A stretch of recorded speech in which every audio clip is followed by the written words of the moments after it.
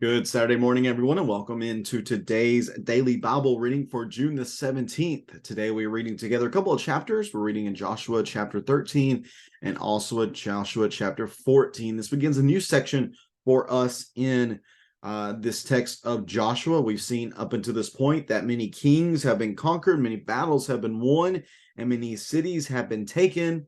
But there is still something lacking we see within the opening verses of this chapter. The fact that the land as a whole is still not completely taken under control. And that's going to be the real focus here within chapters 13 through 21 specifically, is that the Israelites need to go and they need to finish the job. They need to go within these territories that are going to be described within these next few chapters, and they need to take total control over these territories. We're going to see, in fact, here in chapter 13, one of the consequences of not doing such a thing. And then that's going to be contrasted with the faithfulness of Caleb, someone we haven't talked about a lot since all the way back in, let's see, what would be the Numbers story, where he and Joshua were one of the two who gave a faithful report of the promised land. We haven't seen a lot about him since then, but he's going to show back up in the story now, and he's going to give us a great example of what all the Israelites should have been like. So let's read together here in Joshua chapter 13 and Joshua chapter 14.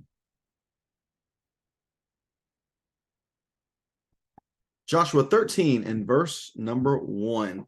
Now Joshua was old, advanced in age, and Yahweh said to him, "You have become old, advanced in age, but a great deal of the land remains to be possessed. This is the land that remains, all the districts of the Philistines and the Geshurites, from Shihor, east of Egypt, to the border of Ekron on the north, considered to be Canaanite territory, the 5 Philistine rulers of Gaza, Ashdod, Ashkelon, Gath, and Ekron, as well as the Avites in the south, all the land of the Canaanites, from Arah of the Sidonians to Aphek, and as far as the borders of the Amorites, the land of the Gebalites, and all Lebanon east, from Baal Gad below Mount Hermon to the entrance of Hamath, all the inhabitants of the hill country, from Lebanon to Misrephoth Maim, all the Sidonians. I will drive them out before the Israelites, only distribute the land as an inheritance for Israel, as I have commanded you. Therefore, divide this land as an inheritance to the 9 tribes, to the nine tribes and the half tribe of Manasseh.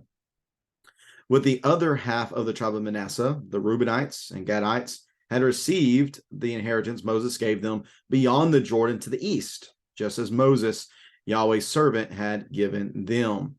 From Aroer on the rim of the Arnon Valley, along with the city in the middle of the valley, all the Medeba plateau as far as Dibon, all the cities of King Sihon of the Amorites who reigned in Heshbon, to the border of the Ammonites, also Gilead and the territory of the Geshurites and Maacathites, all Mount Hermon and all Bashan to Salakah, the whole kingdom of Og in Bashan, who reigned in Ashtaroth and Edrei. He was one of the remaining Rephaim. Moses struck them down and drove them out. But, take note of this, verse 13, but the Israelites did not drive out the Geshurites and the Maacathites, as Gesher and Maacatha, Maakath, there we go, still live in Israel today. The double A's throw me off sometimes. Verse 14, he did not, however, give any inheritance to the tribe of Levi. This was their inheritance, just as he had promised, the food offerings made to Yahweh, the God of Israel. And I guess I just forgot to go through and highlight any of these things in this section. Verse 15, to the tribe of Reuben's descendants by their clans, Moses gave this as their territory, from Aroer on the rim of the Arnon Valley, along with the city in the middle of the valley, the whole plateau as far as Medeba, from Heshbon and all its cities, on the plateau, Dibon, Bamoth Baal, Beth Baal Meon, Jahaz, Kedemoth, Methaath, Kiriathaim, Siba, Zareth, Shahar, on the hill in the valley, Beth Peor, and the slopes of Pisgah, and Beth Jeshimoth, all the cities of the plateau, and all the kingdom of King Sihon of the Amorites who reigned in Heshbon. Moses had killed him, and the chiefs of Midian, Evi, Rakim, Zur, Hur, and Reba, the princes of Sihon, who lived in the land. Along with those the Israelites put to death, they also killed the diviner, Balaam, son of Beor, with the sword. The border of the Reubenites was the Jordan and its plains. This was the inheritance of the Reubenites by their clans, with the cities and their settlements. To the tribe of the Gadites by their tribes, Moses gave this as their territory: Jazer and all the cities of Gilead, and half the land of the Ammonites to Arur near Rabbah, from Heshbon to Ramoth Mizpah and Betoim, and from Nahamaim to the border of Debir in the valley, and in the valley Beth Haram, Beth Nimrah, Succoth, and Zaphon, the rest of the kingdom of King Sihon of Heshbon. Their land also included the Jordan and its territory as far as the edge of the Sea of Chinnereth on the east side of the Jordan. This was the inheritance of the Gadites by their clans, and the cities and their settlements. And to the half tribe of Manasseh, that is to the tribe, or to half the tribe of Manasseh's descendants of their clans. So those, I believe this is speaking about those on the east side. Moses gave this as their territory: from Nahanaim through all Bashan, all the kingdom of King Og of Bashan, including all of Jair's villages that are in Bashan, 60 cities. But half of Gilead and Og's royal cities in Bashan, Ashtaroth and Edrei, are for the descendants of Machir, son of Manasseh, that is half the tribe of Machir by their clans. These are the portions Moses gave them on the plains of Moab, near the Jordan east of Jericho. But Moses did not give a portion to the tribe of Levi. Yahweh, the God of Israel, was their inheritance, just as he had promised them. Chapter 14, now Joshua, the Israelites received these portions that the priest Eleazar, Joshua, son of Nun, and the family heads of the Israelite tribes gave them in the land of Canaan. Their inheritance was by lots, as Yahweh commanded through Moses for the 9.5 tribes, because Moses had given the inheritance to the 2.5 tribes beyond the Jordan, but he gave no inheritance among them to the Levites. The descendants of Joseph became 2 tribes, Manasseh and Ephraim. No portion of the land was given to the Levites except cities to live in, along with pasture lands for their cattle and livestock. So the Israelites did as Yahweh commanded Moses, and they divided the land.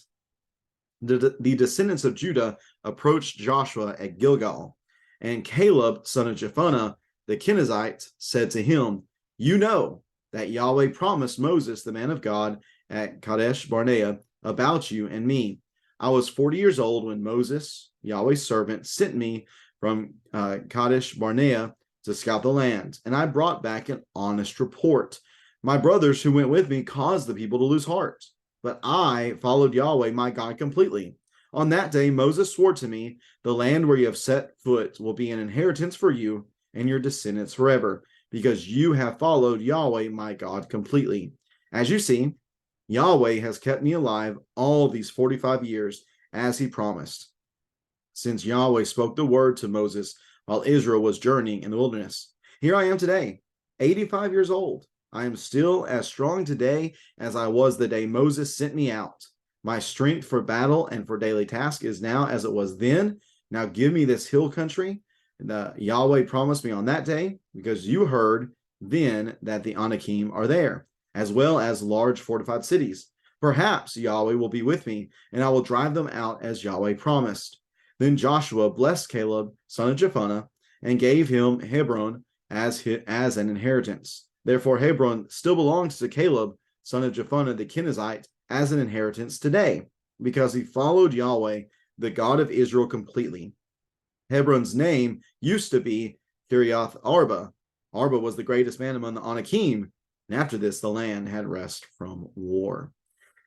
And that is Joshua chapter 13 and Joshua chapter 14. Now you might be thinking to yourself, man, Nick, this is just kind of boring. Why Why is there so much attention given to the land that is described here within these texts? And the reason for that is the fact that this reality of the people of Israel at this time, the reality of their inheritance was a really big deal.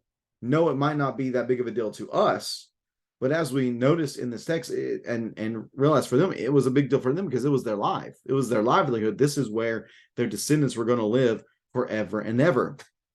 And you might be wondering, well, why the need to give this additional instruction? And then we just read about them having great victory over 31 different kings within the land. And again, the answer to that is yes, we did read that. But we have to recognize that, again, there have been kings conquered, there have been battles won, there have been cities taken, but the land as a whole, still needs to be brought under complete and total control, whereas it's not at this point. They began the job, but now they have to finish the job. So we notice then in the first portion of the text, verses 1 through about 12, we see 1 through 6 talks about the land that's still not completely and totally under control. And then we see the eastern portion of the tribes. We see their inheritance described. We see that in 8 through 12. We see it as well in 15 through 23, and then 24 through 28. So that is all. Put up this map on the screen for you once again.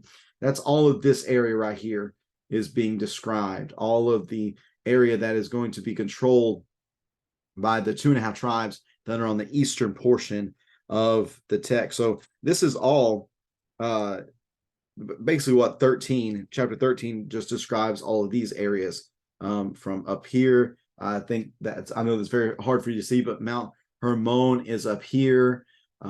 You see the other mountain. You might be able to see the texturing on here.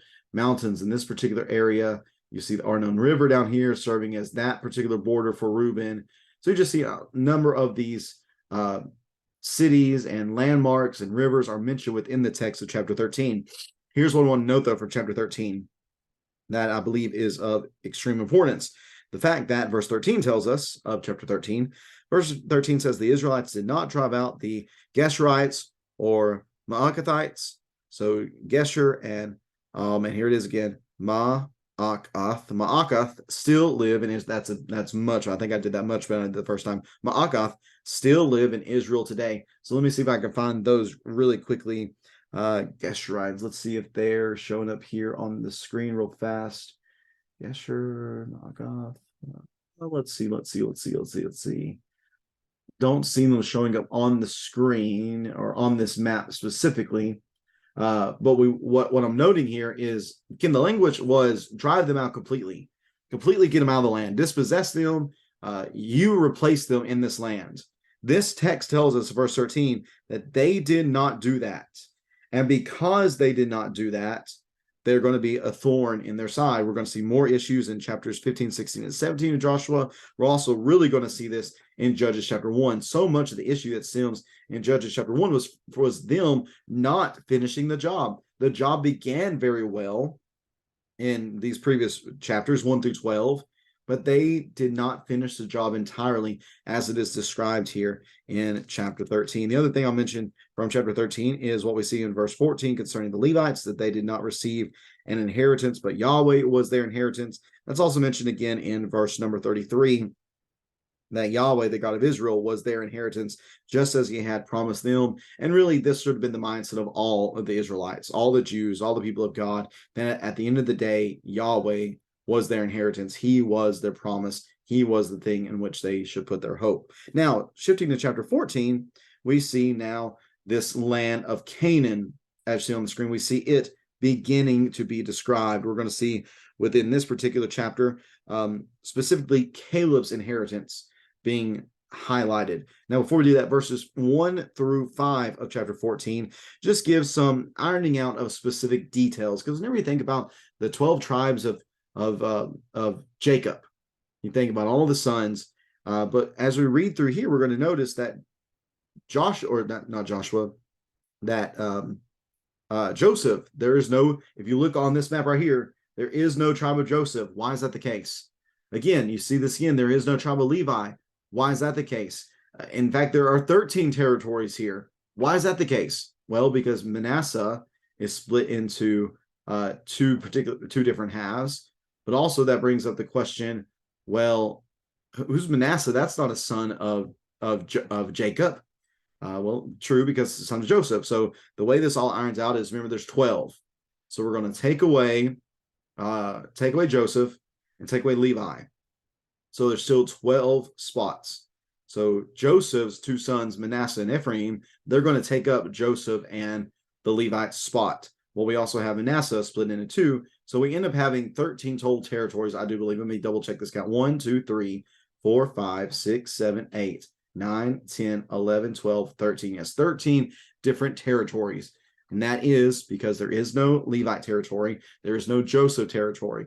But you do have Joseph's two sons, Ephraim and Manasseh, having territory, and Manasseh split into two, which gives us total 13. That's basically what's being described in verses 1 through 5.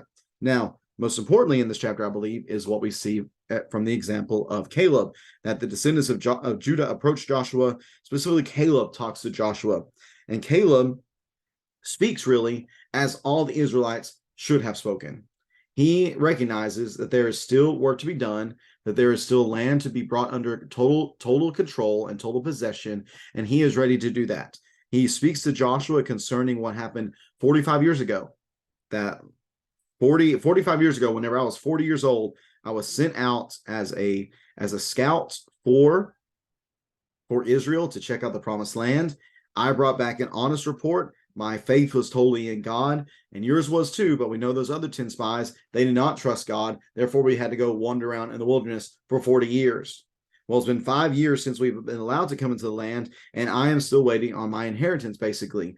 I want, as God promised, we're going to come back to that, here I am today, 85 years old, and I'm still as strong as I was the day Moses sent me out. My strength for battle and for daily task is now as it was then. So given the hill country that Yahweh promised me, I know the Anakim are there.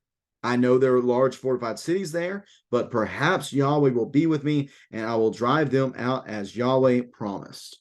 So here's Caleb saying, listen, I'm as spry and strong and energetic now. I am as invigorated now as I was 45 years ago. I was ready to go in and take the land then. I'm ready to go in and take the land now. So give me my portion as an inheritance, and I will go do that. I will kick out the Anakim, and I will take down these fortified cities. I can do it. Why? Well, because he emphasizes within this text, 1, 2, 3, 4, 5, at least 5 times, 4 times specifically, he talks about Yahweh's promises, but he also talks one time about what Moses swore to him, and Moses swore to him based upon Yahweh's command. So 5 different times, he either directly or indirectly alludes to Yahweh's promises, and that I can do this because Yahweh has promised it. And that's exactly what happens. Joshua blessed Caleb, the son of Jephunneh, gave him Hebron as an inheritance. Therefore, Hebron still belongs to Caleb, son of Jephunneh, the Kenizzite, as inheritance today because he followed Yahweh, the God of Israel, completely. Let's recognize that.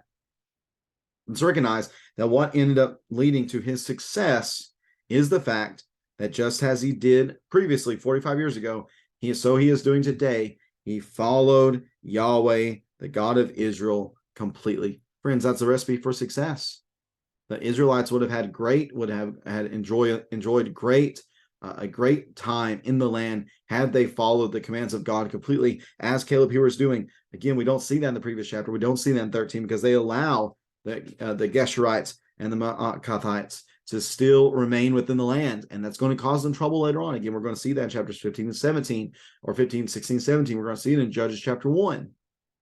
The lesson at the end of the day here, very simply, is obey and follow Yahweh, the God of Israel, completely. So we're left there with just that mention in verse 13, 14, and 15. But once we get to our read on Monday, because tomorrow's Father's Day, so we're not going to have a read tomorrow. But on Monday, as we read chapters 15 and 16, we're going to read where Caleb goes and does as he said, as he promised he would do here. he goes and actually carries that out in chapter 15. We'll read that then. If you have any questions or comments about this text today, please feel free to leave that in the comment section below, and we'll address that further if we can. And I do appreciate you tuning in for this reading on this fine Saturday. Hope you have a great rest of your Saturday. Really looking forward to seeing everybody tomorrow for our Bible studies and worship assembly. Really looking forward to that and hope to see you then. Take care and God bless.